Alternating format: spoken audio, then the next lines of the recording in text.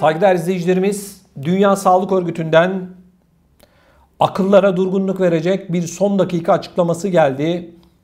Yapılan bu açıklamaya göre Mart ayına kadar 2,2 milyon kişi hayatını kaybedecek koronavirüse bağlı olarak.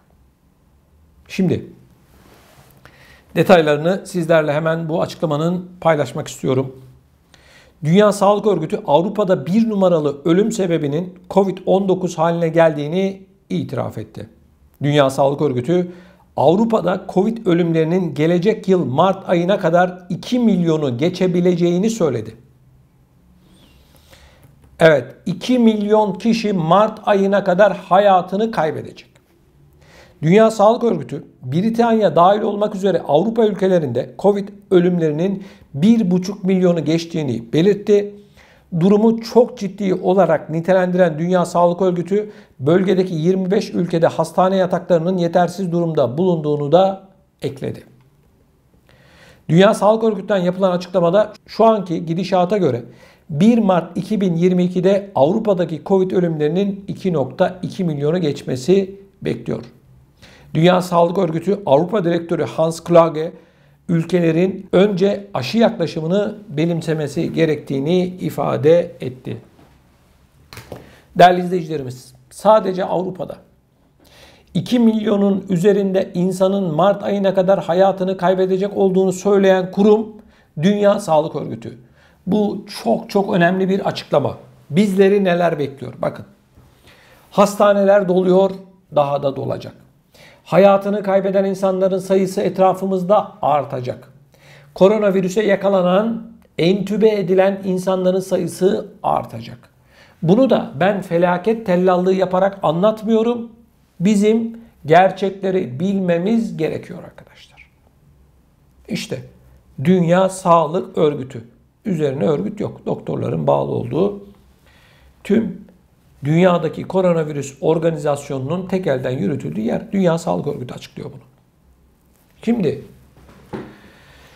Dünya Sağlık Örgütü de hiçbir şekilde kurumun yapısı gereği tedbirlerin, sıvıların ya da bu koronavirüsle ilgili olarak atılan adımların yetersiz olduğu konusunda hiçbir eleştiri yapmıyor. Hiç kimse neden bu kadar kısa bir zaman zarfı içerisinde bu kadar hızlı bir şekilde bu vakaların yükseldiğini, sayıların arttığını sorgulamıyor. Sıvı dendi, vatandaş gitti sıvıyı oldu. Bunun yanı sıra maske, mesafe, 2G, 3G kuralları vesaire dendi. Vatandaş hepsini yaptı. %75'e en azından yaptı. Peki şu anda mevcuttaki sıvılanma oranı %75'e kadar yükselmişken Avrupa'nın pek çok noktasında neden vaka sayıları geçen yıldan daha çok? Yani neden? Bu kadar sıvı dendi. Sıvı yaptılar. Vaka sayılarına bakıyoruz. İnsanlar hayatlarını kaybediyor. Mart'a kadar 2,2 milyon kişinin hayatını kaybedeceğini Dünya Sağlık Örgütü söylüyor. O zaman bu kapanma neydi? Bu sıvılar neydi? Alınan tedbirler neydi arkadaşlar? Çok merak ediyorum. Neydi? Kıymetli izleyicilerimiz, İnsanlık bunların elinde adeta birer oyuncağa çevrilmiş vaziyette. İnsanlar da bilmiyor. Siyasetçiler de bilmiyor. Bunlar da bilmiyor hiçbir şey. İnsanoğlu kaderine terk edilmiş. Şimdi Almanya, Fransa, Hollanda, İsveç, İsviçre, Norveç, Belçika, Avusturya baktığımız zaman dünyanın koronavirüs merkezi oldu buralar, Avrupa. Şimdi bu ülkeler ekonomik olarak dünyanın en önde gelen ülkeleri. Refah düzeyi olarak dünyanın en önde gelen ülkeleri. Şimdi neden hastanelerdeki yoğun bakımlar doluyor o zaman? Niye yoğun bakım yapmıyorsunuz? Yoksa bilerek mi yapmıyorlar arkadaşlar? Daha çok insan hayatını kaybetsin diye. Bilerek mi arkadaşlar? İnsanlar çaresizliğe sürükleniyor. Birileri çıkıp komple teorileri vesaireler anlatıyorlar. En azından birileri öyle tanımlıyor. Peki diyorlar ki yeni bir dünya düzeni. Sizce yeni bir dünya düzeni başlamadı mı? Yine sizce büyük sıfırlama deniliyor. Bu kadar insan hayatını kaybediyor. Büyük sıfırlama dediğimiz, yeni dünya düzeni dediğimiz bu kavramların altı dolduruluyor mu, doldurulmuyor mu? Hadi buyurun siz cevap verin. Ne olacak, neler olacak? İnsanlık şu anda gerçekten çok aciz durumda. 100 yılda bir meydana gelen böylesine büyük bir salgında görüyoruz ki alınan kararların pek çoğu işe yaramadı.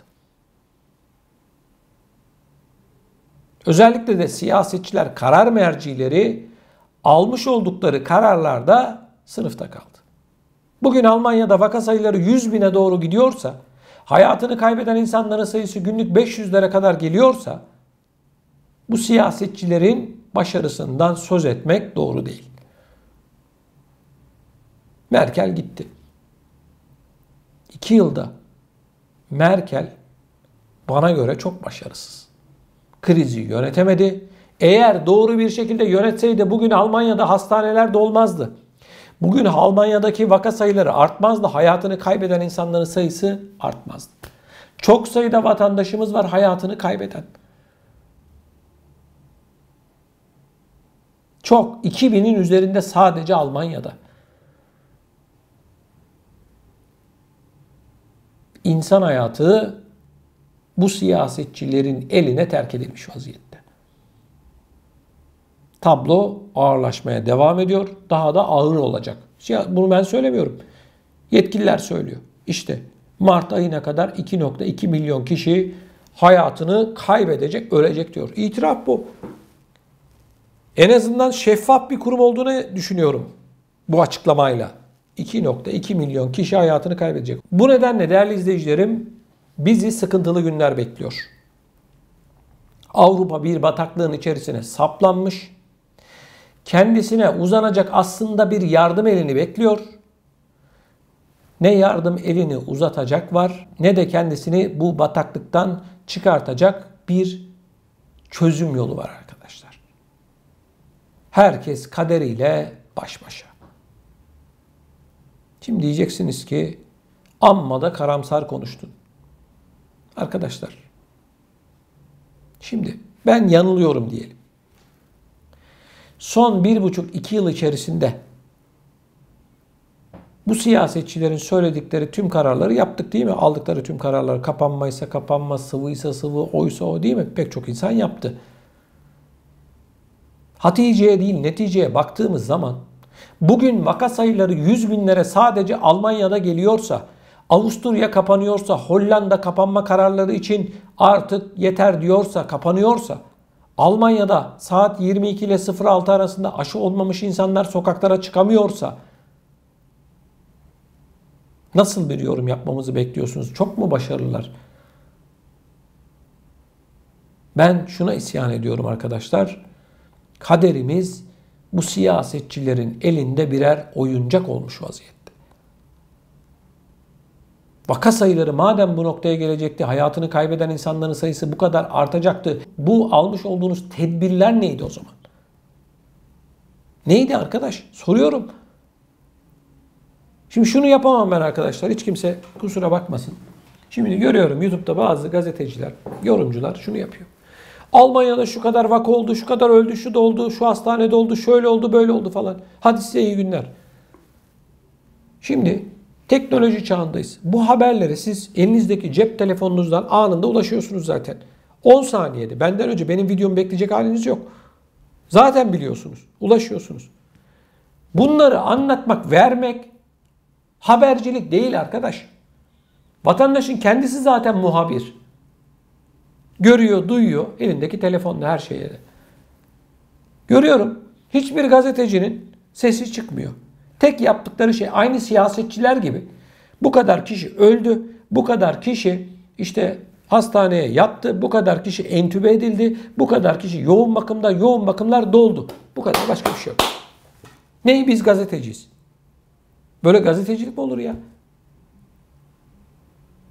Vatandaşın zaten her noktadan bu haberlere ulaşma imkanı varken çıkıp vatandaşın ufkunu genişletecek, geçmişten geleceğe onun vizyonuna ışık tutacak yorum yapmanız gerekiyor. YouTube'da görüyorum. Tek yaptıkları şey şu oldu, bu oldu, şu oldu, bu oldu, şu oldu, bu oldu. Niye eleştiriyorum meslektaşlarımı biliyor musunuz? Onlar da siyasetçilerin kervanına katılmışlar. Onlar ne derse onu yapıyorlar. Başka bir şey yok. Siyasetçiler doğru derse doğru, yanlış derse de yanlış diyorlar. Siyasetçilerin ağzına bakıyorlar. Kardeşim, çıkıp doğru düzgün bir şekilde yorum niye yapmıyorsunuz? Bu vatandaşın oyalandığını, vatandaşın sağlığının siyasetçilerin elinde birer oyuncağa çevrildiğini niye söylemiyorsunuz?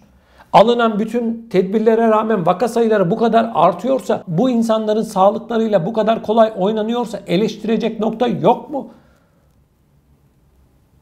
Tek yaptıkları vaka sayısı açıklamak. Devam edin arkadaşlar siz açıklamaya. Kıymetli izleyicilerimiz, sizler bu konularla ilgili neler düşünüyorsunuz? Lütfen görüşlerinizi videomuzun altında bulunan yorum bölümüne yazarak bizlere iletin. Bunun yanı sıra gündeme getirilmesini istediğiniz konular varsa da lütfen bunları da yazın. Ben bu yorumların hepsini tek tek okuyorum. Bunun yanı sıra sizlerden hasreten ricam, lütfen videomuzu beğenmeniz ve kanalımıza hala abone olmadıysanız da mutlaka olmanızı sizlerden hasreten rica ediyorum. Bu bizim için çok çok önemli. Böyle bir desteğinize ihtiyacım var. Bir like atmak sanıyorum bir şey kaybettirmez. Aynı şekilde kanalımıza da abone olmanızı sizlerden bekliyorum.